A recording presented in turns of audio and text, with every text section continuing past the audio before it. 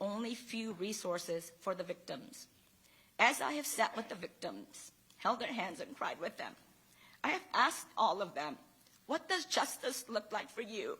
And today I want to ask this commission the same question. What does justice look like for us Asian Americans? Thank you. Thank you, Ms. Yu.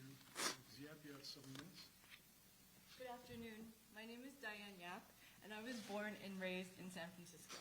Unfortunately, my city has changed over the years into one where Asian seniors are afraid to leave their own homes. There's been a surge of violent and often fatal attacks against Asians. Just a few examples.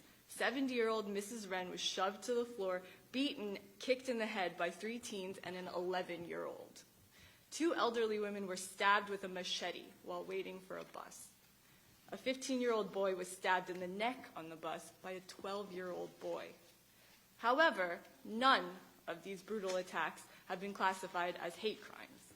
Hate crimes, while certainly on the rise, are a small fraction of the violence faced by Asians in this country. According to the Department of Justice's 2021 Criminal Victimization Report, Asians were the victims in nearly 170,000 violent incidents, while the number of anti-Asian hate crimes in 2021 was just 305. This is not to minimize the impact of hate crime victimization, but to put the scope of the problem into proper context. The danger in restricting our analysis to just hate crimes is that we misdiagnose the cause. Who is responsible for these attacks against Asians? It appears that attacks against Asians only stirred interest on Capitol Hill once there was a way to blame conservatives or white supremacy, like that oft-repeated statistic that 75% of anti-Asian hate crimes are perpetrated by white people. Diving into the source material reveals it's based on incidents from 4,337 news articles about coronavirus-related anti-Asian racism in the United States. Of these, there were just 12 incidents with physical contact where the race of the perpetrator was known. Of those 12, 9 had white perpetrators, hence 75%. By comparison, the same study included 55 tweets from Donald Trump alone.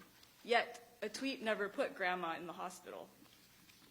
The urgent issue of violence against Asians predates COVID.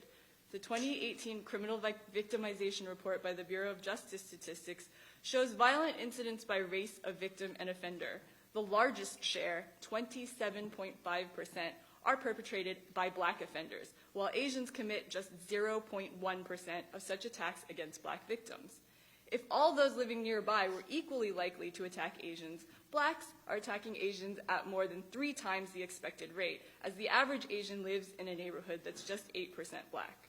On the other hand, white and Hispanic people are attacking Asians at about half the expected rate. This is not new.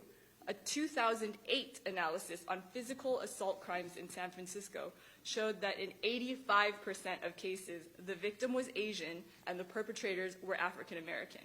Sadly, government policymakers and media outlets do not want to acknowledge that black on Asian violence is a problem. And racial resentment is at the root of the problem. This resentment is well explained by the middleman minority concept. Immigrants who occupy a low barrier niche in the economy like retail and via punishing work schedules and self-sacrifice ascend from poverty to prosperity, often within 1 generation.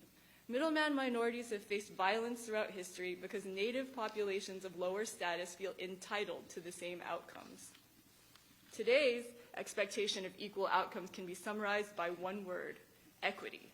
The repetition of this term in policy discussions implies that all outcomes should be doled out proportionately amongst different racial groups, regardless of relevant factors such as behavior. But we should expect proportionate outcomes only if these are assigned at random. But police don't arrest people at random. Courts don't imprison people at random. The government does not randomly force anyone to drop out of high school, nor does it randomly assign anyone to a life of poverty. All of these outcomes depend largely on behavior and individual choices. When you are repeatedly told that outcomes are unfair because they are racially disproportionate, it is natural to resent the beneficiaries of this imagined unfairness. Unfortunately, such a mindset breeds racial resentment and thus anti-Asian hate. While the focus of this hearing is anti-Asian hate crimes, any given Asian individual in the U.S., out of a total population of about 18 million, is statistically unlikely to be the victim of a hate crime. On the other hand, anti-Asian discrimination in education figures prominently in the life of every Asian American. When I was 12, I saw my friend sobbing at school after acceptance letters to Lowell High arrived.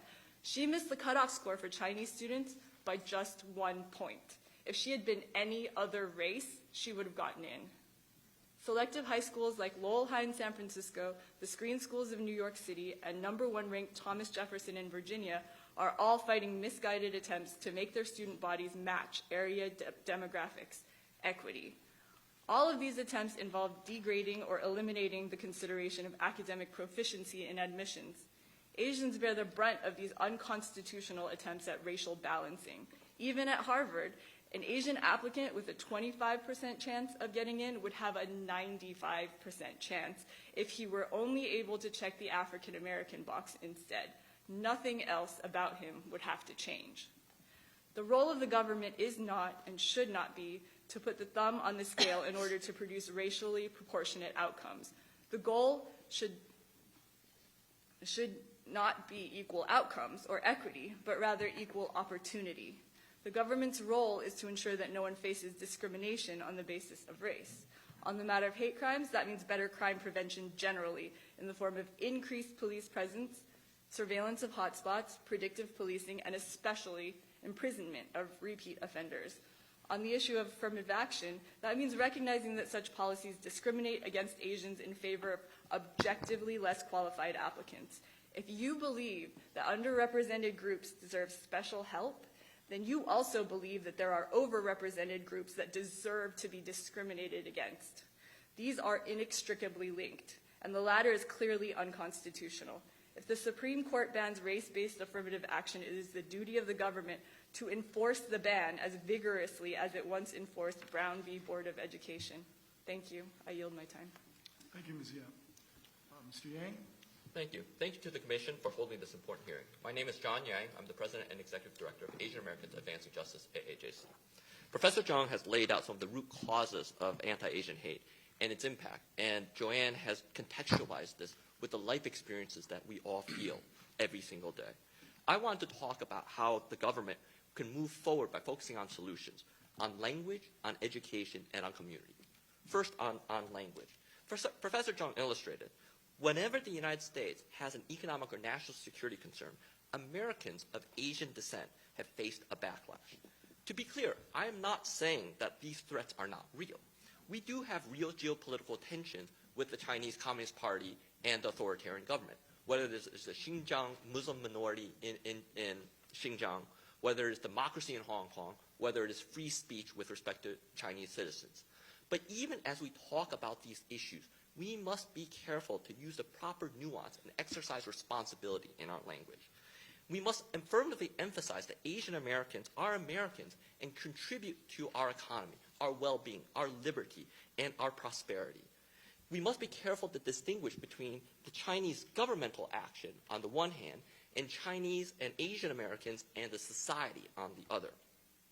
When federal officials suggest that this is an all-of-society problem, or that all Chinese students or scholars or scientists are suspected of being spies for the Chinese government, this creates a suspect class where Chinese Americans and Asian Americans are deemed to be spies in the minds of all Americans. References to Asian Americans as being sneaky, cunning, untrustworthy feed on stereotypes that lead to this hate that we are talking about. We would encourage all relevant federal agencies to work with all stakeholders to develop best practices for language. In talking about language, I also would emphasize the need for language access. 1/3 of the Asian American community is limited English proficient. And that means that if material is presented only in English, we will not be able to access it and use it. Toward that end, this commission in May of 2020 said that Asian Americans must always, for this commission and the federal government, must always take into account the critical requirement to provide language access for limited English populations. I would note that the media advisory agenda for this hearing was done in Chinese and Vietnamese. Under Executive Order 13166, federal agencies and entities receiving federal funding are required to provide meaningful access to agency services and limited English proficient individuals. In practice, we have found that significant gaps in these resources and for our LEP populations that are underserved. I would urge federal agencies to review their compliance with Title VI and Executive Order 13166. Second, let me talk about education. To dispel the myth of the perpetual foreigner or the model minority, we need to ensure that education is inclusive of all marginalized communities, including the Asian American community. This is a root cause that we must address. This includes ensuring expeditious funding and work on the creation of a national museum for Asian Pacific American history and culture. This includes Asian Pacific American history in K-12 education. This is part of a larger effort that all of us share, that all of us need to address together to tell a full account of American history that is inclusive of Asian Pacific Americans, African Americans, Native Americans, Hispanic Americans, and LGBTQ Americans. All of these communities have too often been ignored in history books, left out of social studies, and these communities' authors have been silenced, ignored, or banned. Also on the subject of education, I respect my colleagues, including friends like Lee Chang, who will testify later, on whom I differ on subjects such as magnet schools and affirmative action. But in our assessment, these are not examples of anti-Asian racism, which is the subject of today's hearing.